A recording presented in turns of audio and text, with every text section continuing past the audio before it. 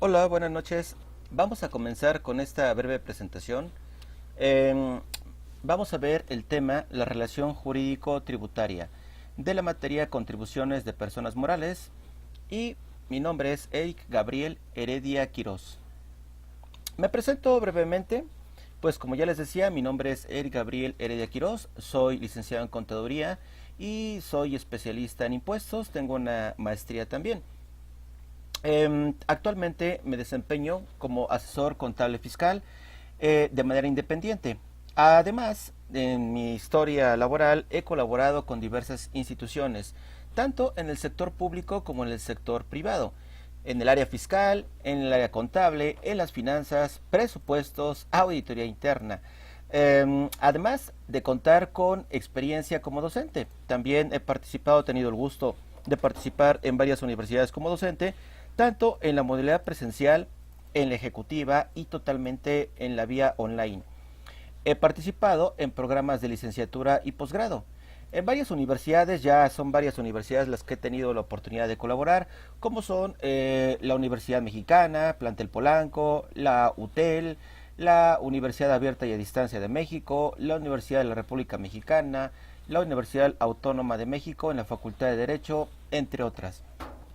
Además de mi experiencia docente y laboral, también he tenido el gusto de poder participar como colaborador en diseño de cursos y materiales educativos para una empresa que se llama Evanza, Soluciones para la Educación Digital.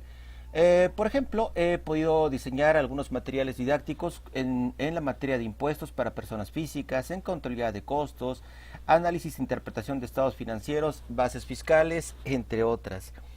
Además, también tuve el gusto de poder obtener una distinción en mi presentación y defensa de mi tesis de grado de maestría en impuestos, aprobando con mención honorífica. Es algo que, pues bueno, fue un pequeño logro que tuve al presentar mi tesis de maestría. Ahora les presento la materia.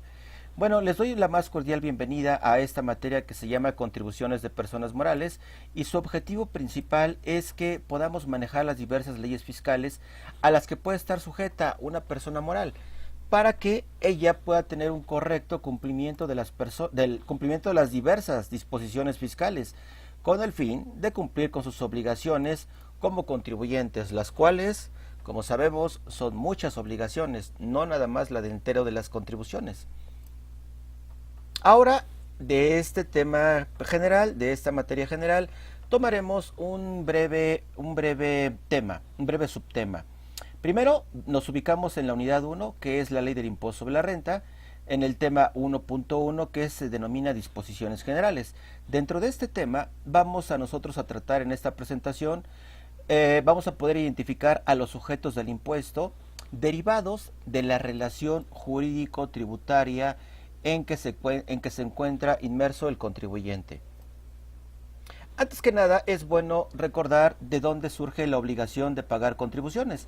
Y esta, como sabemos, surge del artículo 31, fracción cuarta constitucional, y nos dice que son obligaciones de los mexicanos contribuir. La primera palabra que nos dice es esa, contribuir. ¿Para qué? Para los gastos públicos, ya sea de la federación, del Distrito Federal o del estado y municipio en donde residan. Ya podemos ver entonces que las contribuciones son a nivel federal, a nivel estatal o incluso a nivel municipal, en donde residan. Eso ya nos están diciendo algunos elementos de este impuesto, algunos principios constitucionales de las contribuciones. ¿Cómo deben de contribuir? Deben de hacerlo de manera proporcional y equitativa conforme dispongan las leyes. La Constitución entonces establece la obligación para que los mexicanos deban contribuir para los gastos públicos, etcétera, pero no te dice cómo. Nos dice que conforme dispongan las leyes. Así que tenemos que irnos a las leyes especiales, a las leyes fiscales, en donde encontraremos los pormenores de las obligaciones que debemos de cumplir como sujetos pasivos. Y bueno, de ahí surge precisamente la relación, lo que conocemos como la relación jurídico-tributaria.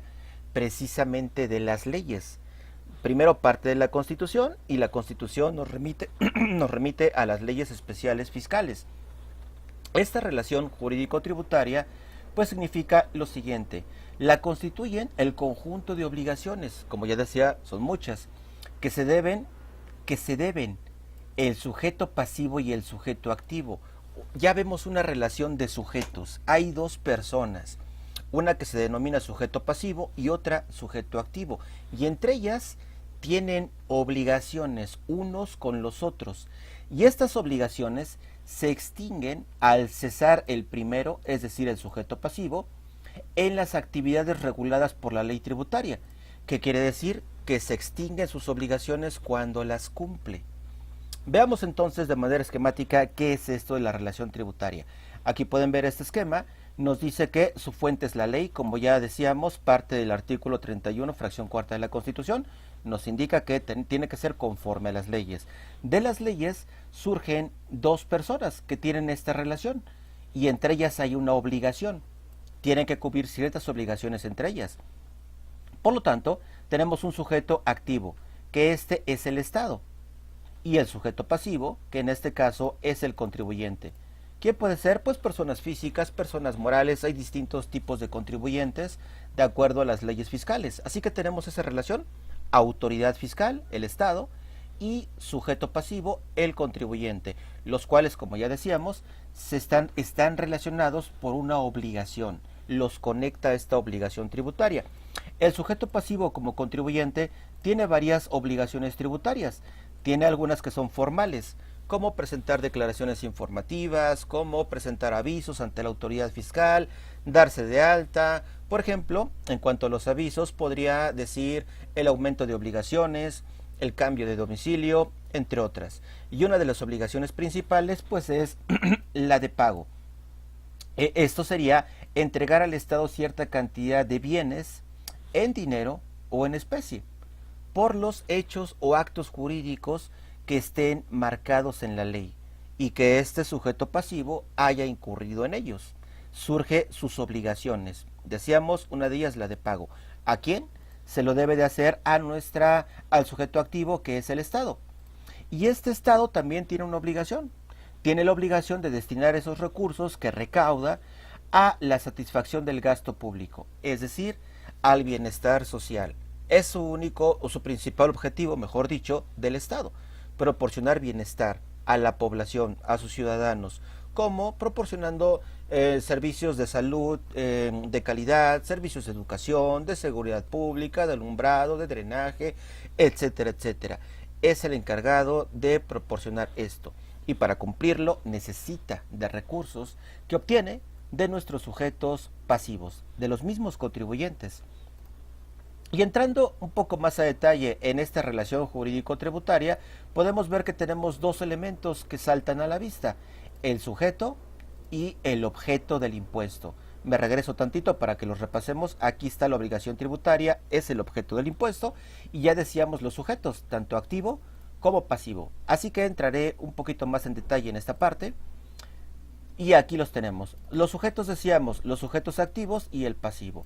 El sujeto activo es, como ya decíamos, el Estado, y tiene la facultad de exigir a los contribuyentes que cumplan con todas sus obligaciones de pago o formales, como ya comentábamos. ¿Quiénes pueden ser? Si es el Estado, entonces puede ser la Secretaría de Hacienda, el Seguro Social, las Secretarías de Finanzas Estatales, el Infonavit y otras autoridades fiscales que se encargan de dar cumplimiento a estas facultades que tienen.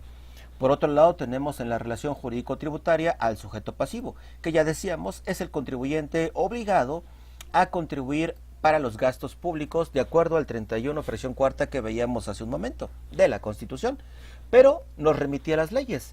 Así que si nos vamos a las leyes fiscales, una de las principales normas que debemos de consultar es el Código Fiscal de la Federación, y precisamente en su artículo 1 nos indica quiénes son contribuyentes. Nos dice que son las personas físicas, las personas naturales, como también se les conoce, o las personas morales, que también se les conoce como personas jurídicas. Estos están obligados a contribuir para los gastos públicos conforme a las leyes respectivas. El Código Fiscal de la Federación no nos dice que, no nos indica la forma de cumplir con estas obligaciones de pago. Digamos que es una ley fiscal general para todas las obligaciones que tienen los contribuyentes, y si queremos ir a una obligación específica, tenemos que ir a esa ley en específico, valga la redundancia. Por ejemplo, la ley del impuesto sobre la renta, la ley del impuesto al valor agregado, la ley del IEPS, la ley de, no sé, la ley estatal, que tenemos también códigos fiscales en los estados, y ahí vienen diversas obligaciones estatales, como por ejemplo el impuesto por sorteos o loterías, el impuesto sobre nómina, entre otras. Hay muchas contribuciones. Así que el artículo primero del Código Fiscal de la Federación ratifica lo que dice el artículo 31, fracción cuarta de la Constitución. Y es un poco más específico porque dice las personas físicas y morales. El artículo 31, fracción cuarta de la Constitución decía los mexicanos. Así que podríamos malinterpretar ese artículo y pensar que solamente los mexicanos estamos obligados a pagar contribuciones. No, los extranjeros también. Lo importante era que residan en el país. Y por ejemplo, si nos vamos a una ley especial, como nos manda el Código Fiscal de la Federación, podemos encontrar el artículo primero de la Ley del Impuesto sobre la Renta. Este nos indica, vuelve a decir quiénes son los obligados, hablando de los sujetos. Los obligados son, vuelve a decir, las personas físicas y las personas morales van a estar obligadas al pago del impuesto sobre la renta, y luego ya nos da los casos. Nos dice, mira, si te ubicas en esta fracción, en la primera, en la segunda o en la tercera, serás sujeto de este impuesto cuando obtengamos ingresos, etcétera, etcétera. En ese caso no voy a entrar a ese punto porque ya sería otro elemento del impuesto, que sería precisamente el objeto. Y aquí tenemos el objeto, la obligación jurídica tributaria. Por ejemplo, si nos vamos al artículo 6 del Código Fiscal de la Federación, en este artículo 6 también podemos identificar las obligaciones. Nos dice, las contribuciones, nos dice cuándo se causan, el objeto del impuesto. Nos dice, las contribuciones se causan conforme se realizan las situaciones jurídicas o de hecho, es decir, conforme las personas físicas o morales, estos sujetos pasivos, realizan alguna conducta que está prevista en esa disposición fiscal. Así lo dice aquí, previstas en las leyes fiscales vigentes. Claro, tiene que ser una ley vigente. Durante el lapso en que ocurran. Las contribuciones, como pueden darse cuenta, tienen un lapso de vigencia, digamos. Inicia realizamos el hecho o el acto jurídico y tenemos un tiempo para poder cumplir con esa obligación. En dado caso que transcurra el tiempo marcado por la ley y no la hayamos cumplido, pues podría prescribir esa obligación. Que bueno, eso ya es otro tema. Pero bueno, como pueden ver, hay un lapso. Entonces, ¿esto qué es? Es la realidad económica sujeta a imposición. Lo que se grava. ¿Qué se grava? Se grava los ingresos. Por ejemplo, en el artículo 1 del impuesto sobre la renta, nos dice que la fracción primera de este artículo nos dice que están obligados al pago del impuesto sobre la renta las personas físicas y morales que residan en territorio nacional por todos los ingresos provenientes de, no importa la fuente de riqueza donde provengan, por todos los ingresos que obtenga. No importa si son en dinero, en especie, en crédito, en bienes, no importa, no distingue esta fracción primera. Ahí nos está dando el supuesto. ¿Cuál es el hecho o acto jurídico? Cuando el sujeto pasivo obtenga ingresos, sea residente en territorio nacional, sin importar la fuente de donde los obtuvo. Es decir, si los obtuvo aquí en el país o provienen del extranjero, también no importa si son en dinero, si son en bienes, si son en crédito, no importa. Cualquier tipo de ingreso que perciba estará obligado, ya en ese momento, está obligado a pagar el impuesto sobre la renta. Hay otros elementos del impuesto que surgen de esta relación jurídico-tributaria que no veremos en esta breve presentación, solamente los nombro. Entonces tenemos al sujeto, es uno de ellos, al objeto, a la tasa o tarifa, Sujeto, objeto, la base, perdón, me falta. Sujeto, objeto, la base del impuesto, la tasa o tarifa y la época de pago. Aquí recuerden que veíamos que tienen un plazo, así que hay una época de pago para realizar y cumplir con estas obligaciones fiscales. Bueno, pues ya a manera de conclusión, como pueden darse cuenta, se vuelve indispensable para el sujeto pasivo que deba dominar las diferentes disposiciones fiscales, ya que en ellas se encuentran las obligaciones a las que está sujeto, como las de entero de impuesto, las de presentación de avisos, como decíamos, las declaraciones informativas, entre muchas más que tiene el contribuyente. De ahí la importancia de comprender a fondo y dominar todas las disposiciones fiscales. Una tarea no imposible, pero sí que hay que dedicarle tiempo y vale la pena. Bueno, pues eso sería todo.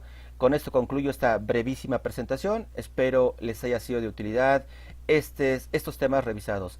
Pues nada más. Hasta luego, que tengan una excelente noche.